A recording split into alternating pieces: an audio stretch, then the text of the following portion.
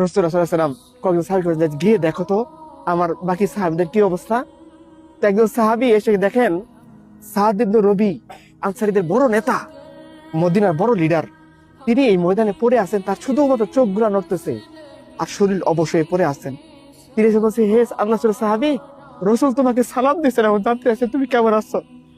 ওনাকে তো শুধু চোখ নড়তেছে, আর কিছু নাই, হাত পা অবশ্যই পড়ে আছে। তিনি বলতেছেন, তুমি রাসূলকে আমার সালামের জবাব দিবা আর আমার ভাই আনসারীদেরকে বলবা, যদি তাদের চোখের পলক ফেলার মতো শক্তি থাকা সত্ত্বেও আল্লাহ রসুলের কিছু হয়, তাহলে তার আল্লাহর সামনে কোনো জবাব দিতে পারবে। শরীর হাত পা না, চোখের পলক ফেলার মতো শক্তি আছে, এই অবস্থায় যদি রসুলের কোনো আঘাত আসে, তারা আল্লাহর সামনে কোনো জবাব দিতে পারবে না। খালি এই কথা আমার আনসারী ভাইদেরকে বলে দিবা। এই কথা বলে বলে তিনি শহীদ হয়ে গেছেন। যেভাবে রসুলকে নিরাপত্তা দিয়েছেন, আমরা সেভাবে আজকে নিরাপত্তা দিতে পারতেছি না? আমাদের সামনে আমাদের রসুলকে গালি দেওয়া হচ্ছে, রসুলকে নিয়ে কবিতা বানানো হচ্ছে, রসুলকে নিয়ে ব্যঙ্গ ছবি বানানো হচ্ছে, আর নবুদ্দিনের মত প্রকাশের স্বাধীনতা। আল্লাহ আমাদেরকে সাহাবায়ে কেরাম থেকে কেন সিলেক্ট করে নাই? তার একটা কারণ, এটা আমরা এত বেগাইরত যে আমরা সেই উম্মত যে উম্মত রসুলের ইজ্জতকে হেফাজত করতে পারে না। ইমাম মালিক বলছেন, রসুলকে গালি দেওয়ার পরে গোটা উম্মতের বেঁচে থাকার কোনো সার্থকতা নেই, সবাই যেন মরে যায়।